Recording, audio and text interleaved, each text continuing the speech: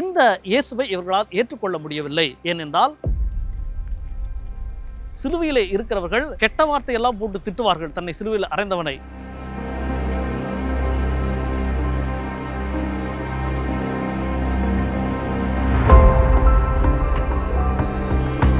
எல்லாம் உனக்காக.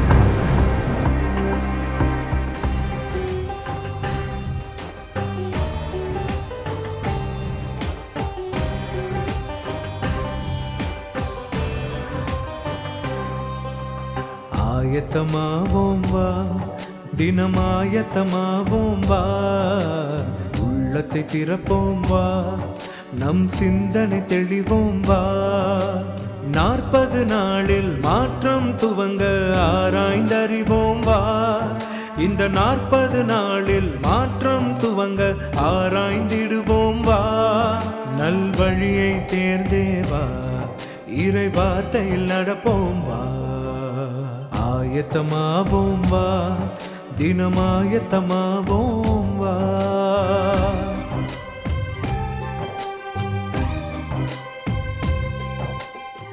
மிட்ராஷ் என்று சொல்லக்கூடிய யூத விவிலியத்திற்கு விளக்கம் சொல்லக்கூடிய புத்தகம் குருத்துவத்தை பற்றி இவ்வாறு சொல்லுகிறது.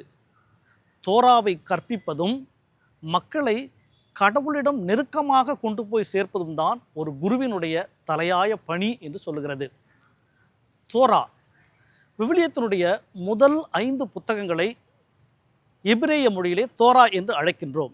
இந்த முதல் 5 நூல்களிலே யூத குருத்துவத்தை பற்றி பல்வேறு தரவுகள், சட்டங்கள், சடங்கு முறைகளை கடைபிடிப்பதிலே உள்ள ஒழுங்குகள், வழிபாட்டு நெறிமுறைகள் மற்றும் பொது சமூகத்திலே அவர்கள் எவ்வாறு வாழ வேண்டும் என்பதை பற்றிய பல்வேறு தரவுகள் இந்த முதல் 5 புத்தகத்திலே இருக்கின்றன. விடுதலை பயண புத்தகம் 28வது அதிகாரத்திலே கடவுள் ஆரோனையும் அவருடைய புதல்வர்களையும் தலைமை குருவாக நியமிக்கின்றார். இந்த ஆரோனும் அவருடைய புதல்வர்களுக்கு பிறந்தவர்கள் வழி வழியாக தலைமை குருக்களாக நியமிக்கப்படுகிறார்கள் என்பது விவிலிய மரபு. இந்த தலைமை குருக்களுக்கு உதவியாக லேவியர் குருக்களை இறைவன் நியமிக்கின்றார். அவர்கள் இந்த தலைமை குருக்களுக்கு உதவுவதும் கடவுளுக்கு பணியாற்றுவதும் அவர்களது முக்கியமான கடமையாக இருக்கின்றது. எண்ணிக்கை நூல் 11வது அதிகாரத்தில் மோய்சன் 71 பேர்களை மூப்பர்களாக நியமிக்கின்றார். எல்டர்ஸ் என்று சொல்வார்கள். இந்த மூப்பர்கள் தலைமை குருக்களுக்கு உதவியாகவும் ஆலோசனை குழுவாகவும் இருந்து செயல்பட்டு வந்தனர். 516 கிபு 70 வரை ஏறக்குறைய இயேசுவின் காலகட்டம் வரை உள்ள பீரியட் செகண்ட் டெம்பிள் பீரியட் அப்படின்னு சொல்லுவாங்க. இந்த 2வது ஆலயம் கட்டப்பட்ட பிற்பாடு அந்த பழைய ஏற்பாட்டில் உள்ள அதே எண்ணிக்கையிலான 71 பேர் இந்த தலைமை குருவுக்கு ஆலோசகர்களாக இருந்து பணியாற்றி வந்திருக்கிறார்கள். இந்த 71 பேரிலே பலர் சட்ட அறிஞர்களாகவும் மறைநூல் வல்லுநர்களாகவும் லேவிய மூப்பர்களாகவும் இருந்து பணியாற்றி வந்திருக்கின்றனர். இவர்களை சான்ஹெரிதன் அதாவது மூப்பர்கள் என்று அழைக்கின்றனர். இந்த தலைமை சங்கத்தினுடைய முக்கிய பணி என்ன என்றால் மறைநூலுக்கு விளக்கமளிப்பது, வழிபாட்டை முன்னின்று நடத்துவது, சடங்கு சம்பிரதாயங்களை தலைமையேற்று நடத்துவது, சமுதாயத்திலே சட்ட ஒழுங்கை பாதுகாப்பது என பல்வேறு பணிகளை இந்த தலைமைச் சங்கம் முன்னின்று வழிநடத்தியது, கண்காணித்து வந்தது. இயேசுவின் வழக்கு இந்த தலைமைச் சங்கத்திற்கு வந்தபோது கயப்பா என்பவர் தான் தலைமை குருவாக இருந்தார். இவர்தான் பலருக்காக ஒருவர் மடிவது நலம் என்று இறைவாக்காக இயேசுவின் இறப்பை முன்னறிவிக்கின்றார். இந்த தலைமைச் சங்கத்தாருக்கு முன்பு 2 சவால்கள் இருந்தன. ஒன்று சமயம் சார்ந்த சவால், மற்றொன்று அரசியல் சார்ந்த சவால். சமயம் சார்ந்த சவால் என்று சொல்லும் பொழுது இந்த யூத மக்கள் எல்லோரும் ஒன்று சேர்ந்து என்ன சொல்லுகிறார்கள்? இவன் தன்னை கடவுளின் மகன் என்று சொல்லுகிறான், எனவே இவனை சிலுவையில் அறைய வேண்டும் என்று சொல்லி அவரை கத்துகிறார்கள், கூச்சலிடுகிறார்கள். இந்த சமயம் சார்ந்த ஒரு பிரச்சனை பொது தளத்திலே மிகப்பெரிய பிரச்சனையாக வெடித்து அது அரசியல் பிரச்சனையாக மாறிவிடும் என்ற அச்சமும் தலைமைச் சங்கத்தார் மத்தியிலே இந்த பிரச்சனை இருந்தது. உண்மையிலே இயேசு தன்னை கடவுளின் மகன் என்று சொல்லிக்கொள்வது இந்த யூத மக்களுக்கு மீட்பை வழங்குவதற்காக அரசராக, அதிகாரத்தோடு வல்லமையோடு வரக்கூடிய அரசராக இல்லாமல் துன்புறும் ஊழியனாக வரக்கூடிய மெசியாவாக தன்னை வெளிப்படுத்துகின்றார். இந்த இயேசுவை இவர்களால் ஏற்றுக்கொள்ள முடியவில்லை. ஏனென்றால் மெசியாவை பற்றிய எதிர்பார்ப்பு இவர்களுக்கு வேறு விதமாக இருந்த காரணத்தினால் அங்கே சமயம் சார்ந்த ஒரு பிரச்சனை எழுகிறது. கலவரம் எழுகிறது. யூத மக்கள் அனைவரும் இந்த யூத சங்கத்திற்கு முன்பாக இந்த பிரச்சனையை கொண்டு வந்து வைக்கிறார்கள். இயேசுவை சிலுவையில் அறைய வேண்டும் என்று சொல்லுகிறார்கள்.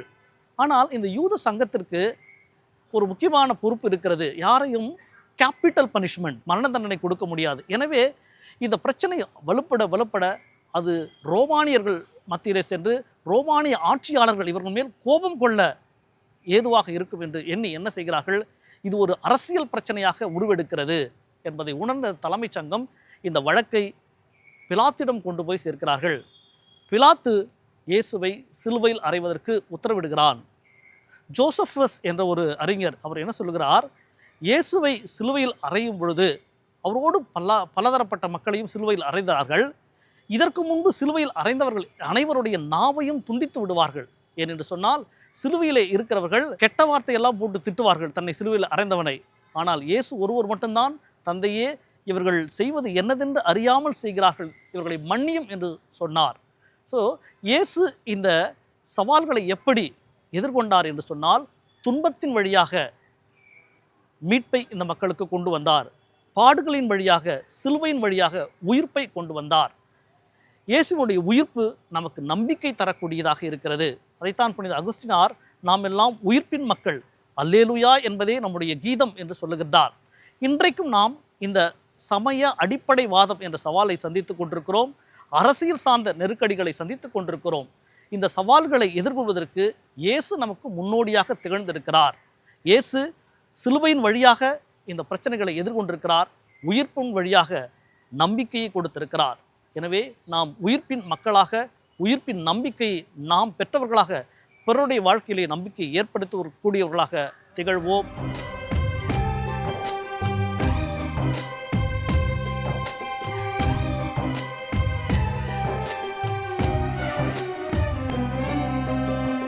சாம்பல் பூசி சரணடைவோம், ஒற்றுமையாய் ஜெபித்திடுவோம், ஆற்றல் வேண்டி தவம் இருப்போம், உறுதியோடு நிலைத்திருப்போம், ஏழ்மை மாற உதவிடுவோம், உறவை காக்க முடிவெடுப்போம், வேதம் கூறும் வழி நடப்போம், இறைவனிலே இணைந்திருப்போம். ஆயத்தமாவோம், நாம் ஆயத்தமாவோம், ஆயத்தமாவோம்.